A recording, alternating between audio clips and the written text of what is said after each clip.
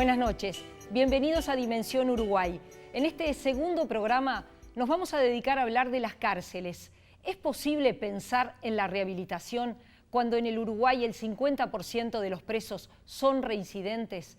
¿Las cárceles son parte de la seguridad pública? Lo conversamos con presos, con autoridades carcelarias. Ya tenemos en nuestros estudios al comisionado parlamentario Juan Miguel Petit y en el final tendremos el análisis del politólogo Gerardo Caetano. Comenzamos con el primer informe. Las personas privadas de libertad en nuestro país llegaron a 10.110 en febrero de este año.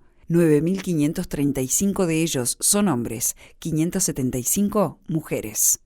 70,8% de la población reclusa está procesada por la justicia, solo 29,2% tiene condena. Del total de reclusos, el 38,8% está preso por primera vez y el 61,2% es reincidente. Desde octubre de 2015, el Instituto Nacional de Rehabilitación maneja todas las unidades de reclusión del país. Esto significa que a su cargo hay 30 centros, de los cuales 10 están en la zona metropolitana, el resto en el interior del país. A su vez, el INR divide los centros entre aquellos de máxima y mediana seguridad y los de mínima seguridad y confianza. En la primera categoría están las grandes cárceles metropolitanas como Santiago Vázquez, Punta de Rieles, Libertad o la cárcel de Canelones. Alojan al 80% de los reclusos del país. Mientras que en la segunda categoría encontramos a la mayoría de los establecimientos del interior y las chacras penitenciarias. Ya le damos las buenas noches y la bienvenida a Juan Miguel Petit, comisionado parlamentario. Bienvenido, un gusto recibirlo. No, un gusto estar acá. Saludos a la audiencia y bueno, encantado. Petit, ¿cuál es la situación en este momento? Yo lo he escuchado decir a usted que estamos como en una cruz de los caminos. ¿Por qué? Porque el sistema penitenciario uruguayo cayó en caída libre desde los años 70, cuando sale de la órbita de lo educativo, del Ministerio de Instrucción, del Ministerio de Educación, es intervenido en aquellos años por el Ministerio de Interior y empieza a tomar fuerza cada vez más la primera parte de la norma constitucional que dice que las cárceles serán para asegurar, y lo policial, lo custodial, lo asegurativo empieza a invadirlo todo y se empieza a perder de vista lo educativo. Ese proceso, junto a otros factores como la aparición de la droga, nuevas formas de violencia, crimen organizado, nuevos tipos de delitos, etcétera, etcétera, nuevas leyes, va generando una explosión demográfica de las cárceles uruguayas, llegando a ser hoy uno de los países con mayor índice de prisionización, o sea, mayor cantidad de presos cada 100.000 habitantes en América Latina. O sea, tenemos un dato muy grave ahí. Es raro en una sociedad como la uruguaya tener más de 10.000 presos. Es muy raro que haya mucho más presos que en sociedades que son realmente mucho más peligrosas que las nuestras, países centroamericanos, países que uno sabe que son grandes urbes, donde el secuestro, la violencia, el homicidio, el crimen organizado pesado es mucho más frecuente y está en todos lados, donde los niños van a la escuela con ómnibus protegidos, etc. Entonces, lo que tú me preguntabas, hubo una caída muy grande, con distintos intentos, con cosas muy buenas que se hicieron, pero de alguna manera el tema estuvo como fuera de la agenda pública. En los últimos 6 años, en particular a partir de 2009, 2010 en especial, empieza a generarse un cambio muy importante. Se sientan las bases para una reforma del sistema. Ahí hay distintos momentos, distintos hitos, y ahora yo te decía que estamos en un cruce de caminos porque en este momento hay un gran signo de interrogación. ¿Qué va a pasar con la reforma penitenciaria? Porque el hecho de que se han sentado las bases para un cambio no quiere decir que ese cambio se esté realizando. Hoy en día hay unas señales inquietantes para mí de que ese proceso de reforma está parado. Ahora vamos a hablar de ese momento inquietante del que usted menciona. Nosotros nos preguntamos si las cárceles es parte esencial de la seguridad pública. Vamos a ver el siguiente informe. En Uruguay no hay pena de muerte, tampoco cadena perpetua. El tiempo máximo que una persona puede estar recluida son 35 años. Eso quiere decir que cualquier persona que es condenada a cumplir tiempo en prisión tiene grandes chances de salir y todavía seguir viviendo una gran cantidad de años. Por esta razón, el tiempo que la persona pasa dentro de la cárcel es un elemento clave para analizar dentro del panorama global de inseguridad. Un país con cárceles que no rehabilitan es un país condenado a constantes problemas de seguridad pública. Esa persona que es privada de libertad en algún momento va a volver a la sociedad. Y ahí es donde nosotros debemos aportar todo lo necesario y todas las metodologías de abordaje posible para que esa persona vuelva a la sociedad de la mejor manera. ¿Cómo se puede disminuir la reincidencia? ¿O cómo se puede lograr en una política criminal y en una política general de seguridad mejorar los indicadores que hoy tenemos? Y yo diría que hay tres cosas fundamentales. En primer lugar, analizar lo que la cárcel hace. Para que haya seguridad en un país democrático como el nuestro, donde la justicia libera a alguna persona o a varias personas, pero que hicieron un proceso, cumplieron, ¿no?, una condena, tiene que haber una sociedad que los reciba, que los reinserte. Esa misma sociedad en la que esta persona cometió un delito y por el cual pagó, tiene que tener esa capacidad de poder recibirlos. Según la estadística, cada año cerca de la mitad de los presos liberados reincide, lo que hace pensar que el proceso de rehabilitación no se cumple, al menos en la mayoría de los casos. Para que no haya reincidencia, se precisan 3 re, ¿no? Que la persona se reconsidere en lo que fue su proceso de vida, que haya una rehabilitación, pero que haya una reinserción.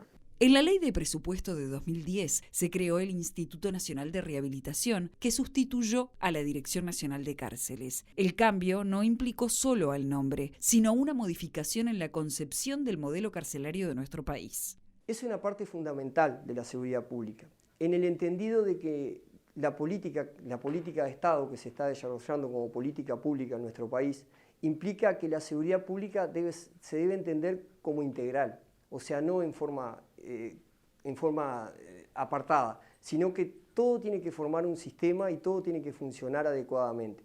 Pero antes de hablar de rehabilitación, hay que considerar el origen de esta población carcelaria. Las cárceles están compuestas de pobres, de jóvenes pobres, que más que ser rehabilitados tienen que ser habilitados. Entonces es más poderosa, es más potente la idea de la reinserción o de la inserción a secas en el mundo social para entender que el problema carcelario no incide sobre una patología, sobre un conjunto de patologías, sino sobre un problema social muy profundo. Yo no le puedo mentir y no le puedo decir que en este momento, cuando hablamos de rehabilitación, es un tema bastante álgido, por decirlo de alguna manera. Nosotros sabemos también en nuestro país que para rehabilitar a alguien, ese alguien debe estar habilitado. Y esa es una discusión que tenemos que dar. Es gente que viene de exclusión dura, muy dura. Uno no se imagina, ¿no?, esto de que te doy un colchón y no te acuestes, ¿no? O que no sepas manejar un tenedor, o que no tengas ni idea de lo que es que te cuenten un cuento. Y no lo digo en el sentido más liviano de la situación, sino que nosotros necesitamos afecto y pertenecer. Tener sentido de pertenencia. Quienes trabajan en el tema entienden que parte del proceso de rehabilitación también viene fuera de las cárceles e implica entender que la población carcelaria no es solo un problema de las autoridades de turno. Hay una cuota parte de responsabilidad que debe asumir la sociedad. Hay que entender que este no es un problema del Ministerio del Interior solamente, es un problema de todos nosotros. Muchos de los delitos están sostenidos también porque hay un mercado. Muchos están vinculados, hay una demanda, ¿verdad? Hay establecido gente que delinque y vende sus cosas, pero habemos otros que las compramos. No hay monstruos, hay gente con algunas patologías, sí. Tampoco seamos con determinadas trayectorias sociales que los llevan a cometer determinados delitos, algunos muy jodidos, ¿sí? Y hay que trabajar con ellos. Porque también son uruguayos. Y bueno, mientras mirábamos el informe, Juan Miguel Petit está anotando lo último que decía Luis Parodi, director del penal de Punta de Rieles, educador social. ¿Usted cuestiona el concepto de rehabilitar en las cárceles? Yo lo que creo que a veces la palabra remite a cosas que no son las reales. Que no es una realidad. Rehabilitar suena a armar algo que está roto, como cuando uno llega a una licuadora, a una fábrica, a una tienda y le dicen, bueno, se me rompió tal pieza, se le cambia la pieza. En lo humano es mucho más complejo porque no es arreglar una piecita. es que la persona pueda tener una cantidad de elementos que de pronto no tuvo para enfrentar una situación conflictiva o para resolver una necesidad. Entonces lo que se trata, y creo que eso es la nueva dimensión que tiene el tema de los derechos humanos, es que las personas puedan crecer, puedan desarrollarse, puedan llenar su mochila de herramientas para enfrentar las realidades y no recurrir a la violencia, y no recurrir a violencia que a su vez genera más violencia. Se decía recién, hay que trabajar con ellos, y ese trabajo es un trabajo, bueno, se entiende lo que quiere decir rehabilitación, pero es un trabajo básicamente educativo, en el sentido de sacar lo mejor que tiene la persona adentro, de que la persona pueda acceder a maneras de responder a la vida. La seguridad pública es cuidar la vida, y se cuida de muchas maneras, básicamente permitiendo que las personas tengan un lugar donde desarrollarse. ¿Coincide con ese concepto que manejaban las autoridades de antes de rehabilitar también hay que pensar si estas personas están habilitadas en el seno de la sociedad? Sí, por supuesto, porque al delito por supuesto se llega de muchas maneras, a la violencia se llega de muchas maneras, ¿no? Son caminos muy variados, hay a veces patologías o problemas, y otras veces son recorridos que uno no termina de explicarse y que a veces ni en las ciencias del comportamiento ni en las ciencias sociales se pueden explicar del todo. Sin duda que hay detrás de buena parte de la violencia distintas formas de violencia, de abandono, de desamparo, de ruptura, de agresiones. Usted debe conocer muchas historias de esas, ¿verdad? Sí, el trabajo cotidiano nuestro justamente es trabajar con historias de vida, atender situaciones y porque a partir de esas situaciones... y además su familia. Por supuesto, la persona, la familia, el entorno, trabajar con todo eso, plantear esas situaciones, denunciarlas, sugerir pasos a dar, recomendar, proponer, estudiar, promover los derechos humanos, hacemos talleres, hacemos actividades, para que el tema no quede congelado, que es lo que yo sentía recién cuando te decía que me parece que la reforma está como parada. Y uno puede decir, bueno, pero la reforma ¿cómo va a estar parada si se está construyendo una cárcel nueva? Sí, es verdad, hay una cantidad de cosas que se están haciendo, hay una cantidad de cosas que se están haciendo muy bien. Lo que ocurre es que quizás no estamos pensando en hacia dónde vamos, cuál es el rumbo de todo eso que se está haciendo. Y hay una cantidad de temas pendientes que siguen estando allí. Vamos a seguir viendo un segundo informe, en este caso que planteamos el tema de rehabilitar en las cárceles. ¿Se puede rehabilitar una persona en el sistema actual de reclusión uruguayo? Los índices de reincidencia parecen decir no. Las autoridades que aparecen se topan con un gran obstáculo, la cantidad de personas dentro del sistema carcelario. Tenemos más de 10.000 presos, la población ha crecido en los últimos 20 años, 5 o 6 veces la población carcelaria, por muchas cosas, por el incremento del delito sin duda, pero también por la lógica del incremento de penas. Y no hemos tenido resultados objetivos ni que mejoren el nivel de violencia en la sociedad ni las percepciones de seguridad que nosotros tenemos. O sea que las cárceles fracasan por el número. En un momento el Uruguay se hablaba de 16.000 presos, paró en 10.200, fue unas proyecciones. Si cada vez que pasan cosas nosotros solo pensamos en aumentar las penas, como si fuera una cosa mágica, creo que se ha demostrado en todos lados que no da. El proceso de rehabilitación abarca muchos aspectos, desde lo social hasta lo laboral, pasando por lo educativo y lo emocional. Sin embargo, todo lo que se pueda construir puede desmoronarse un segundo después que una persona sale de la cárcel. No es fácil no volver, salen con muchas fantasías de que lo va a estar esperando un familiar o la mujer o el marido, y no es así. Que no va a consumir más, y no es así. Que no se va a tentar más, y no es así, porque además si no tiene trabajo, si no tiene contención, si no tiene un proyecto, un programa que lo contenga, es muy difícil. El día después es el más complicado por el privado de libertad.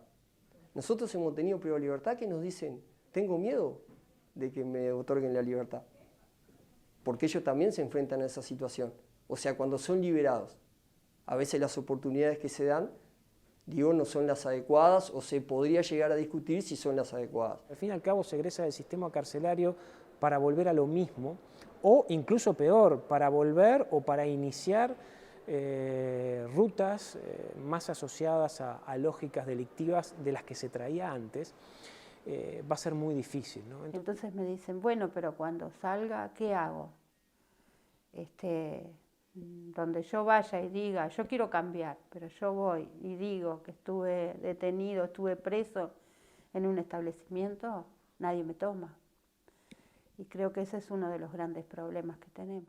De todos modos, el primer paso para la rehabilitación es que las personas privadas de libertad encuentren durante el tiempo en la cárcel las herramientas para defenderse una vez que vuelvan a la sociedad. Primero hay que crear condiciones de credibilidad, cosa que eso es bastante difícil en un sector de la población que una de sus debilidades es que no creen nada, ni en ellos. No es mágico tampoco, ¿no? No es son procesos. Necesitamos de todas las patas. No solo trabajo, el trabajo no salva a nadie, lo que salva es el conjunto de actividades humanas que hacen a la cuestión. Por ejemplo, la lucha ideológica, y voy a hablar de ideología, a muerte, que es la tarea del educador, es luchar ideológicamente con las cosas que yo hago y las que hace el otro.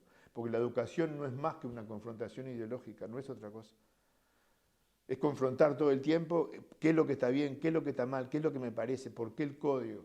Con la creación del INR surgió también la Dirección Nacional de Apoyo al Liberado. Su objetivo es hacer este acompañamiento tan necesario que requieren los reclusos una vez fuera de la cárcel. Lo que nosotros hacemos es, iniciamos un proceso para obtener documentación, un proceso administrativo, cédula de identidad, carnet de salud, etcétera, o un proceso de asistencia, de seguimiento, ¿no? Donde hay que hacer las derivaciones, si la persona está en conflicto con consumo de sustancias, si tiene un tratamiento psicológico o psiquiátrico que seguir, si está en un proceso sociolaboral, si quiere hacer un curso, tenemos algunos convenios nuevos que están surgiendo y que están bien interesantes.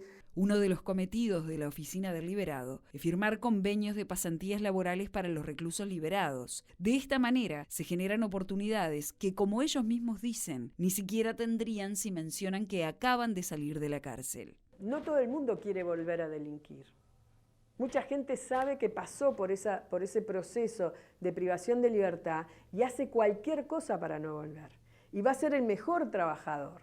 El intendente nos decía, le mandaron limpiar 7 cuadras y siguió. Y sí, va a seguir porque su objetivo es no volver. En ese sentido, la oficina está implementando las posadas de transición. Se trata de residencias pensadas para minimizar el impacto del reingreso a la sociedad y que las personas hagan un proceso de adaptación combinado con las pasantías y oportunidades laborales que puedan surgir en el breve tiempo que se van a alojar. Y allí tenían lo que decían los distintos actores, ¿no? Lo que planteaba Parodi, que esto no es solo un tema de conseguirles trabajo o que trabajen y que ahí adentro hay toda una lucha que él dice, es una lucha ideológica entre lo que está bien y lo que está mal. ¿Coincide usted? Sí, yo creo que los testimonios, todos los que ustedes presentaron, son muy, muy vívidos y realmente muestran, creo que, elementos claves de cómo desplegar una política penitenciaria. Creo que sin duda, a veces uno piensa solamente en el trabajo y es un error. Nadie deja de tener reacciones violentas por estar trabajando. Obviamente que ayuda a tener trabajo y es fundamental, pero la clave es y obviamente que es muy difícil, y en algunos lugares se logra, como lo logra Punta Rieles, se logra en otros lugares, en Artigas, en Cerro Largo, en Melo, en la cárcel de conventos, en Minas. Se logra recrear una vida lo más parecida posible a la vida de afuera, a la vida de una ciudad, donde hay educación, hay salud, hay discusiones, hay convivencia, hay familia, hay cultura, hay diálogo, hay actividades todo el día. Entonces allí la persona se puede preparar después para vivir en libertad, si no, no. Es cierto que nosotros mostrábamos, por ejemplo, la gente trabajando en Punta de Rieles, un lugar que tiene entre 500 y 600 presos, hay momentos que tiene 580, en este momento tiene 540, que tiene 34 emprendimientos productivos. Realmente es impactante ir, ver y conocerlo. Pero usted ha planteado públicamente, incluso lo ha hecho y ha hablado con las autoridades, crear focos educativos, por ejemplo, en un lugar muy conflictivo como es el COMCAR, el Centro Santiago Vázquez. Sí, yo creo que el tema de los centros educativos y la educación de las cárceles es un tema que ha mejorado mucho, es bueno destacarlo. En los últimos 5 o 6 años se multiplicó por 3 la población que está estudiando, pero todavía falta muchísimo, ¿no? O sea, estamos mejor, casi te diría que en general, el resumen es, estamos mejor, pero todavía seguimos estando muy mal, porque estábamos muy mal, impresentablemente mal. Y seguimos estando mal para que Uruguay merece y tiene que tener en el siglo XXI. Entonces, el tema de los centros educativos, que haya focos educativos, es muy importante la accesibilidad. A veces hay aulas y no se cumple con la educación porque no hay personal que traslade o que acompañe al interno hacia el aula. Hay que buscar alternativas, o lo llevan monitores, o lo llevan otros internos, o lo llevan delegados, o de alguna manera lo llevan a unos centros que son grandes y necesitan un vehículo, un vehículo que lo lleve, de alguna manera, pero hay que tener practicidad. Resolver esos problemas prácticos es increíble, pero a veces hay cosas que por problemas así básicos, materiales, no se cumplen. Y sí, el contar con una presencia fuerte del sistema educativo y de la universidad es muy importante. Es muy importante, es un desafío que está presente. Vamos a hacer una pausa. Les recordamos que nuestra cuenta de Twitter es @dimensionui. Nos pueden seguir también por www.tnu.com.uy. Estamos en vivo. Vamos a hacer una pausa y enseguida la seguimos.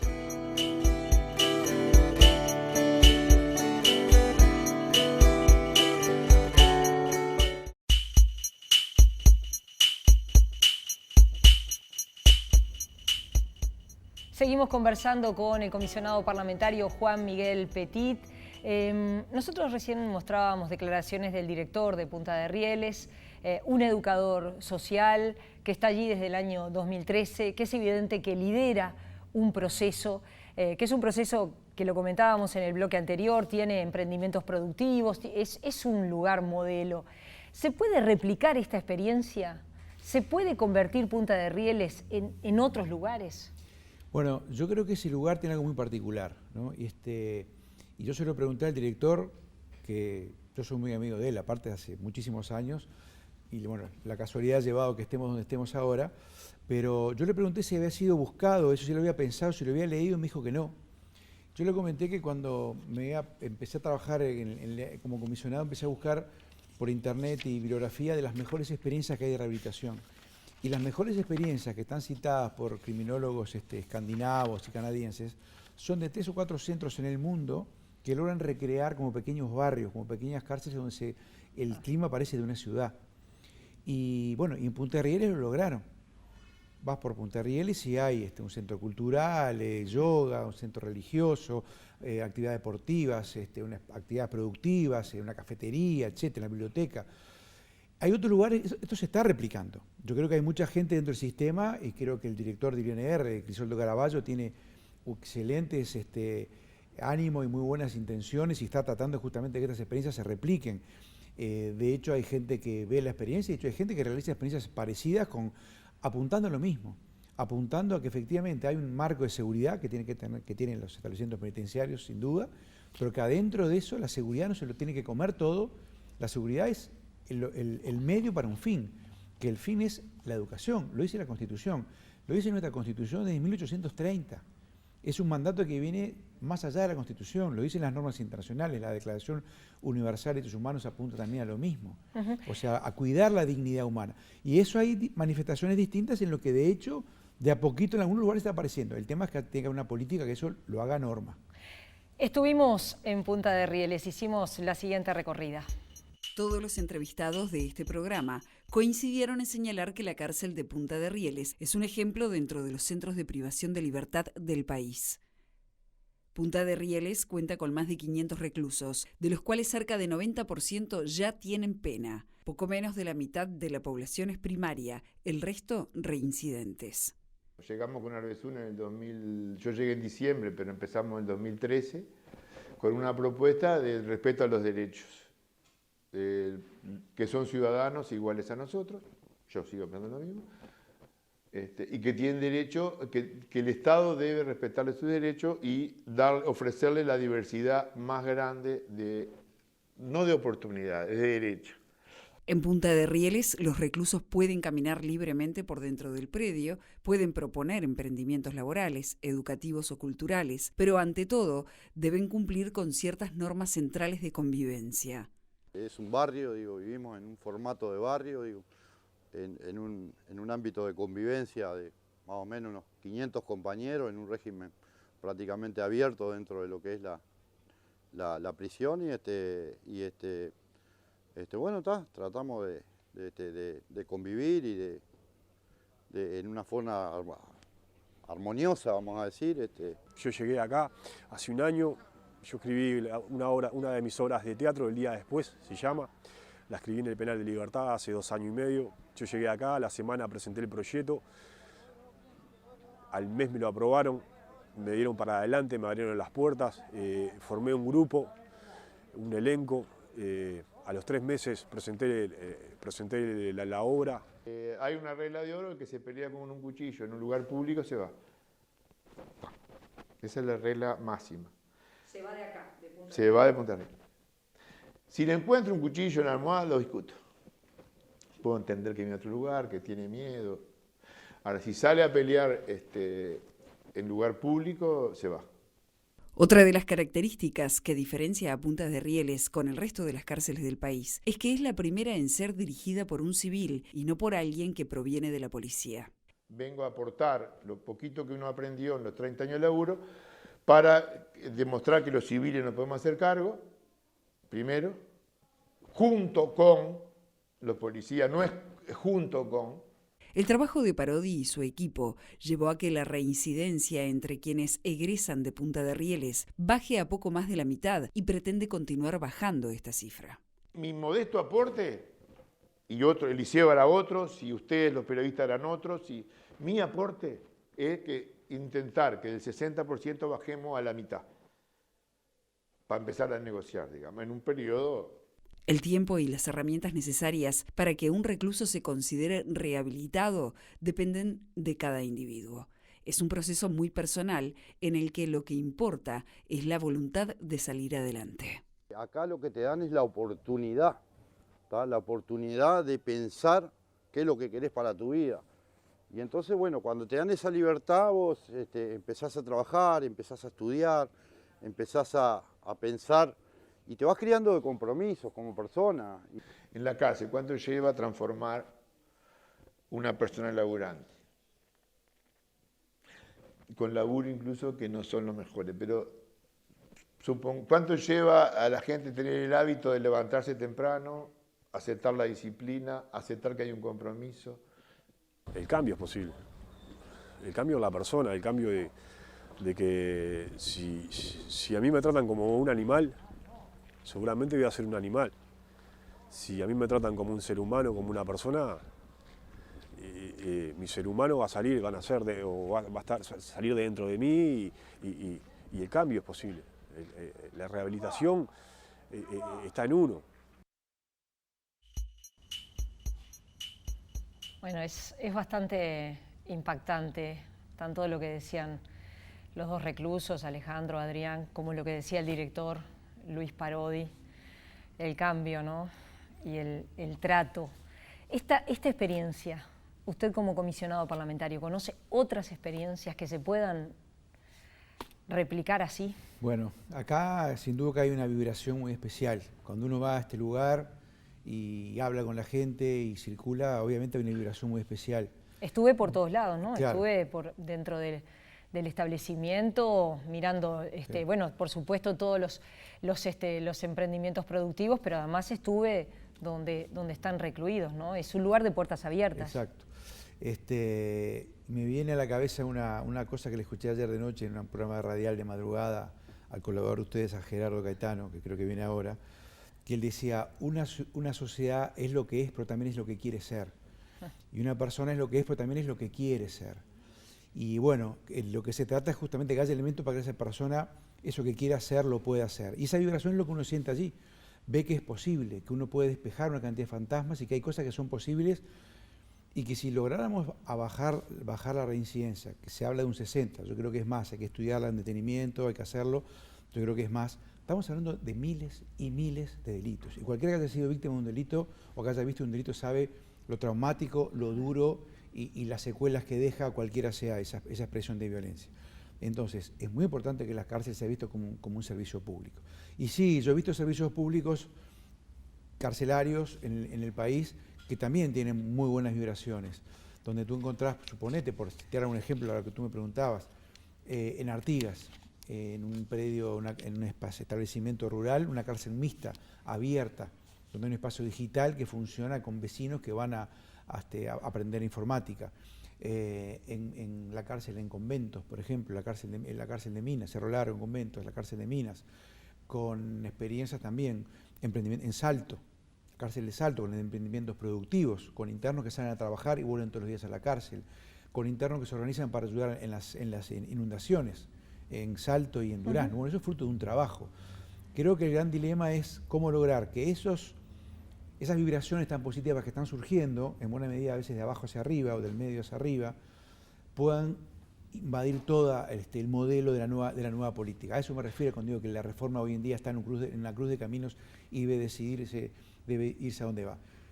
Y que esta manera de ver las cosas, esta manera de hacer las cosas, pueda doblegar esos enormes temas pendientes, que son malos temas, que son malas noticias, que son problemas que no están resueltos en los grandes establecimientos, porque tenemos en el CONCAR está el 35% de la población, en el Penal Libertad está casi el 15% de la población, y son lugares donde en Canelones hay 1.300 internos.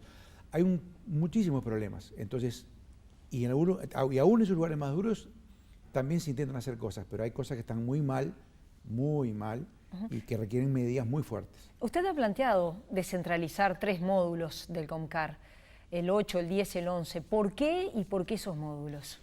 Bueno, ahí como que tú pones el foco en un centro, y no es casualidad, y pones creo que muy bien el foco, porque ahí está el 35% de la población. Entonces como si tú dijeras, bueno, el 35% de los choques de Montevideo se hacen en este cruce. Entonces yo en este cruce voy a poner semáforos, luces, guardias, espejos, etc. Ahí está el 35% de la población. Y en esa cantidad de como 10 módulos que tiene, hay unos módulos que tienen 800 personas, 500 personas. Son más grandes y a veces triplican el tamaño de algunas cárceles de interior. Claro. Y sin embargo no tienen los recursos necesarios. Entonces allí hay una enormidad de problemas que no están siendo atendidos adecuadamente.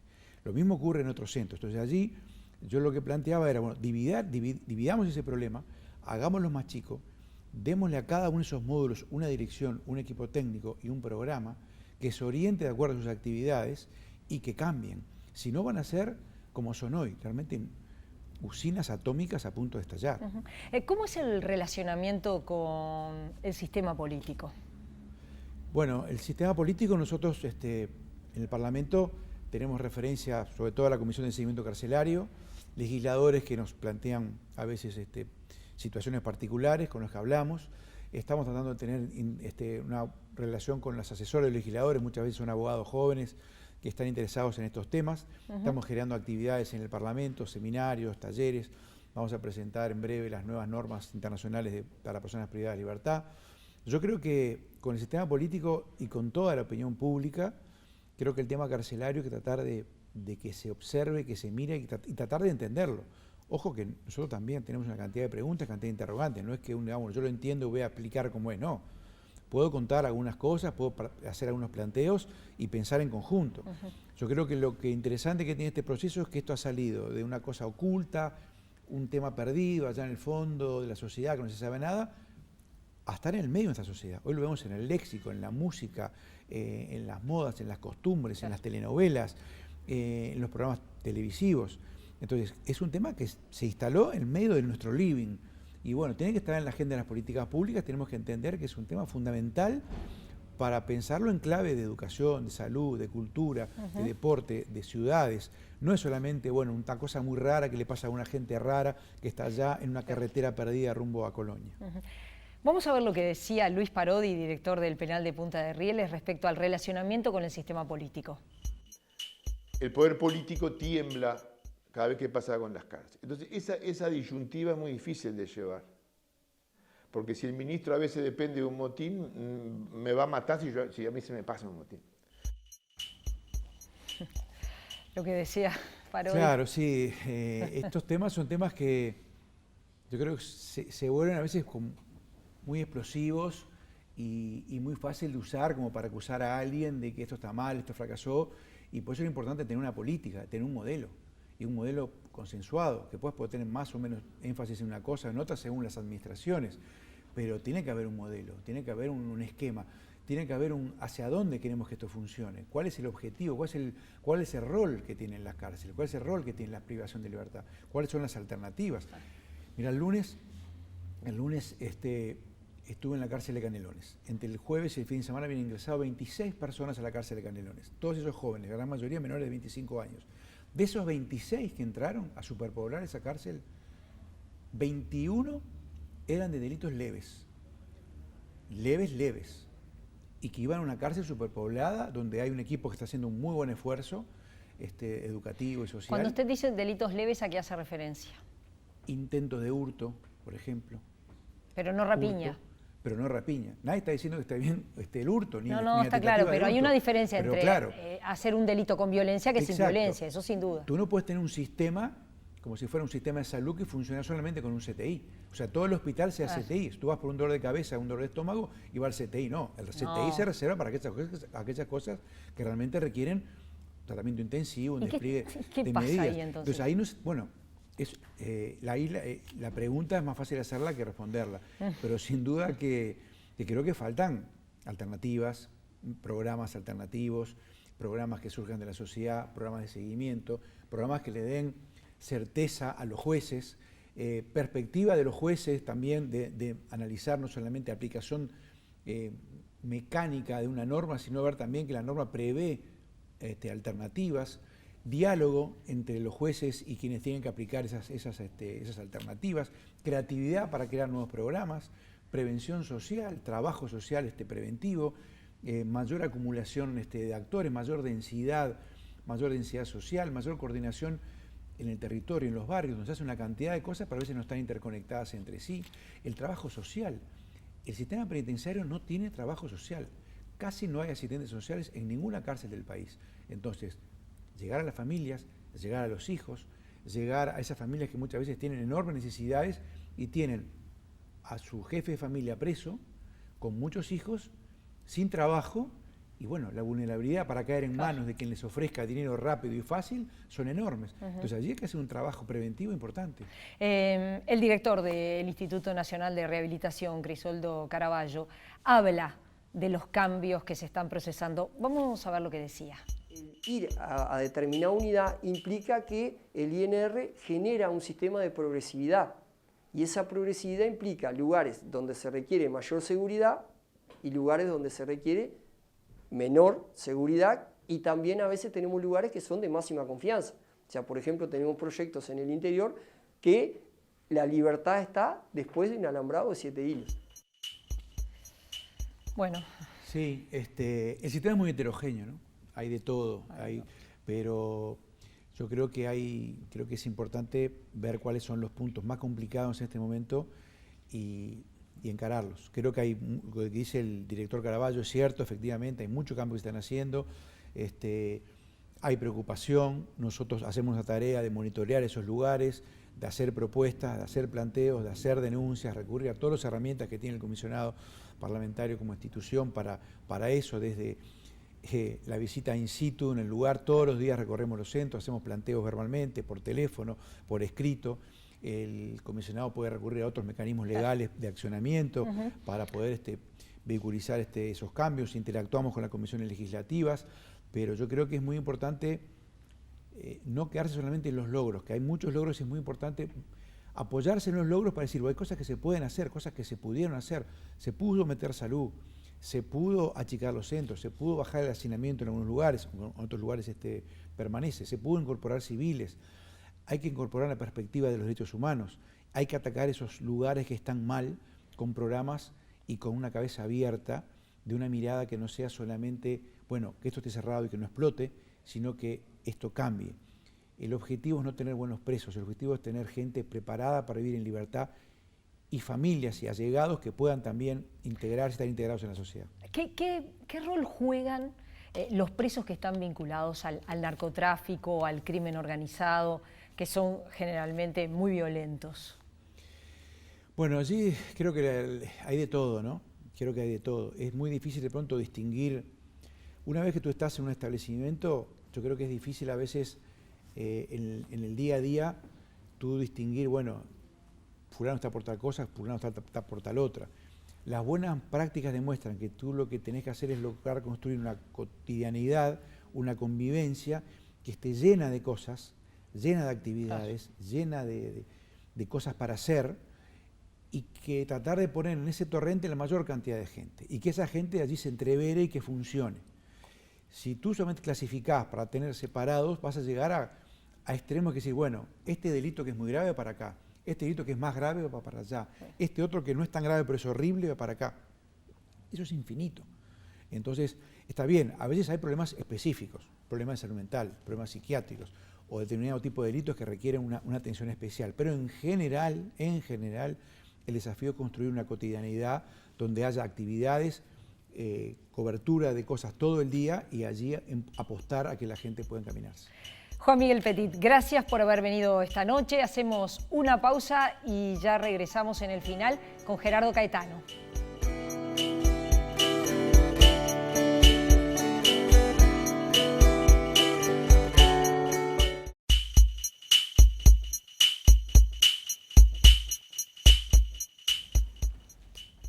Les recordamos que nuestra cuenta de Twitter es @dimensionui. También nos pueden seguir a través de nuestra página web www.tnu.com.uy. Ya tenemos para el cierre al analista político Gerardo Caetano. ¿Cómo estás, Gerardo? Bienvenido. Muchas gracias. Conversábamos recién con Juan Miguel Petit, el número de presos que existe. Él habla de un momento crucial en la que hay que tomar definiciones, reconoce que se ha avanzado y que se ha mejorado mucho, hay muchos problemas con la reincidencia, está en discusión la rehabilitación, empezá por donde quieras. Bueno, un tema muy difícil y un tema crucial, un tema sobre el que es muy difícil hablar, porque no es un tema popular, la gente... Sí, hay un cortocircuito, ¿verdad?, entre la sociedad y absolutamente, y el sistema no es un tema popular, ¿no? La gente está preocupada por la seguridad, ¿no? Entonces, pensar en los presos y no advierte algo que en el programa ha quedado muy en evidencia, que el problema de la no rehabilitación o de las dificultades de rehabilitación es un problema que profundiza la inseguridad y que este es un tema que tuvo su historia. Es muy impresionante algunos números que se han dado. Primero, bueno, el índice de presos por habitante en el Uruguay. Después, este aumento de 5 o 6 veces en los últimos 20 años. Luego esto que decía Juan Miguel, en el sentido de aquí ha habido una crisis cuando las cárceles se sacaron del área educativa y pasaron a incorporarse en una lógica del Ministerio del Interior. Yo vengo escuchando desde hace mucho tiempo este problema de la erradicación del sistema carcelario. Y advierto que las experiencias en donde el foco está en la educación son experiencias mucho más exitosas. Bueno, todo esto no es un tema al que la opinión pública le otorgue una centralidad. La opinión pública tiene una visión del delincuente, una visión muy dura. Y bueno, desarrollar una política sin sensibilidad en la opinión pública. Es muy complicado. Que por otra parte tiene que ser una política de largo plazo. Y que como señalaba Juan Miguel, es una política que está en un cruce de caminos, que no debe desconocer lo que se ha avanzado, pero que debe tomar opciones y decisiones. Bueno, yo creo que es uno de los desafíos porque no es un tema que esté en la agenda. ¿No? Y además, vos decías, la gente tiene una visión muy dura de los delincuentes y es lógico que así sea, pero a la vez hay que entender este tema como parte de la seguridad pública, de que estos presos, cuando salen de estar presos, no vuelvan a delinquir, es clave para mejorar las cifras. Y claro, evidentemente para eso hay que invertir recursos, claro. Se necesitan recursos y eso es lo que a la sociedad le hace mucho ruido. Mucho ruido en un momento de situación económica difícil, sí, en un momento de ajuste fiscal, claro. De un momento de restricciones, pero al mismo tiempo es un tema de derechos humanos. Siempre se dice, sí, se ven los derechos humanos de los presos, pero no se ven los derechos humanos de las víctimas. Tenemos que ver los derechos humanos de todos. Tenemos que ver los derechos humanos de todos. Entre otras cosas porque los presos también son personas. También son personas. Hay uno un preso que decía, si me tratan como un animal, voy a ser un animal. Si me tratan como una persona, seguramente voy a ser una persona.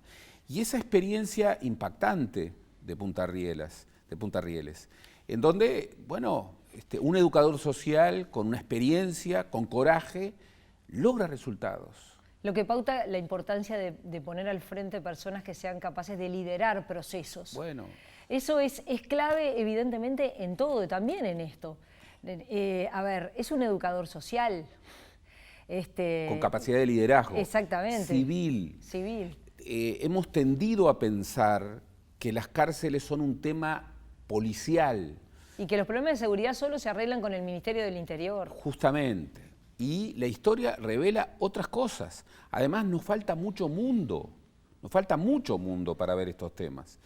Juan Miguel también lo planteaba. Bueno, hay que ver las experiencias que han sido exitosas en el mundo.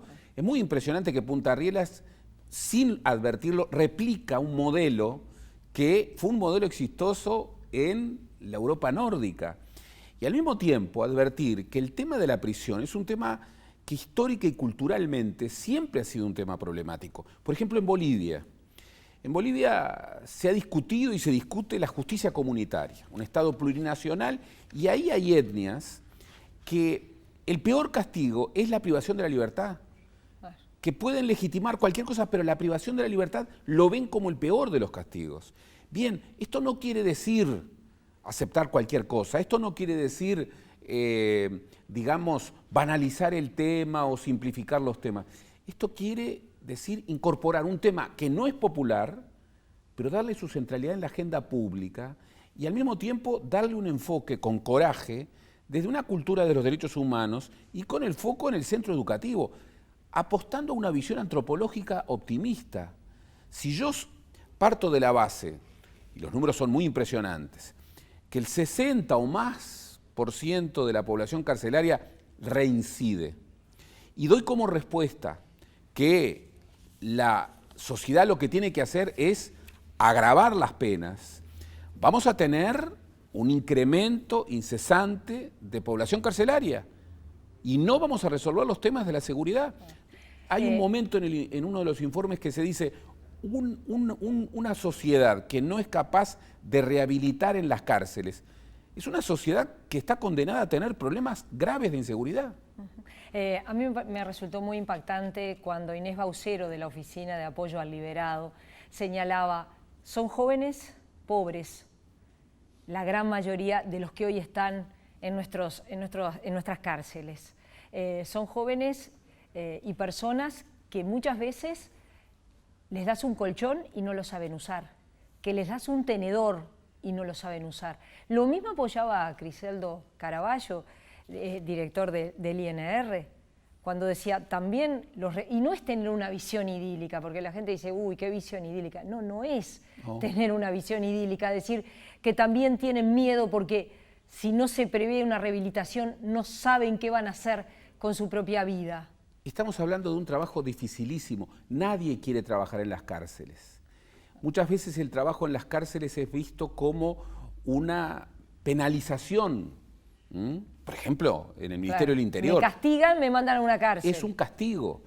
Entonces, ver el compromiso de personas que de alguna manera están comprometiendo buena parte de su vida y lo están haciendo en un tema que no es popular, en un tema que no los va a hacer populares, en un tema en donde la mayor parte de la opinión pública lo que quiere es mano dura, y que incluso ve con reticencia, con recelo, esta otra idea de que, bueno, junto con todos los vectores que hacen a una política de seguridad, el tema de un sistema carcelario distinto, que ponga su foco en la educación, que busque efectivamente un tratamiento humano, que viabilice la rehabilitación y que justamente ataque de otra manera lo que es un fenómeno de inseguridad extraordinario, que es la reincidencia. Tú imagínate que la reincidencia es un fracaso, es un gran fracaso. Entonces, realmente estos temas que no están en la agenda pública, que aparecen invisibilizados, muchas veces son los temas que definen a una sociedad. Y como decía Juan Miguel, y creo que hay que tomar esa interpelación, bueno, estamos en un cruce de caminos. Estamos en un cruce de caminos. La principal preocupación de la población es la inseguridad. Y este vector de una política de seguridad no es vista. Bueno, estamos en un cruce de caminos. Sería interesante que en estas conversaciones que el presidente de la República, lo planteaba también Juan Miguel, con los partidos políticos también estuviera como tema, como parte de los temas, el tema de las cárceles. Reconociendo lo que él también decía, que se ha avanzado mucho, que se mejoró en algo el tema del hacinamiento, que se incorporaron los operadores penitenciarios, que son funcionarios civiles que trabajan en la reinserción, pero el tema es que hay todo un desarrollo vinculado precisamente con qué hacen estas personas cuando sales de estar presas, porque también lo decíamos en los informes, en el Uruguay no hay pena de muerte, quiere decir que si un muchacho a los 20 años comete un delito, a los 40 va a estar en libertad, y mucha gente seguramente en este momento dice no, muchísimo antes. Bueno, a veces no. Digo, nosotros entrevistábamos presos que tanto Adrián como Alejandro hace 15 y 18 años que están presos, pero algún día van a salir y son muy jóvenes. Entonces, ¿cuáles son las alternativas para ellos? Y siempre decimos que la pobreza, la estigmatización, la marginación, muchas veces se reproducen en ámbitos que están cerrados. Se lo decía en alguno de los informes. Las cárceles muchas veces son centros de reproducción de pobreza, son centros de reproducción de marginalización. Bueno, es uno de los vectores de seguridad. Una sociedad, y me quedo con esto, una sociedad que no crea un sistema carcelario en el cual pueda tener un espejo en el que reconocerse como una sociedad que apuesta a los derechos humanos, como una sociedad justa, como una sociedad inteligente, como una sociedad que apuesta en una perspectiva de desarrollo, de cohesión social, bueno, es una sociedad que en lugar de resolver los problemas que quiere resolver, los va a agudizar. Gracias, Gerardo. Nos despedimos. En la despedida les decimos que el próximo jueves a las 21 horas vamos a volver con otro tema, el desempeño de los pequeños productores familiares. Así que bueno, tenemos otro tema para analizar. Volvemos el próximo jueves a las 21 horas. Gracias por habernos acompañado en esta segunda entrega de Dimensión Uruguay.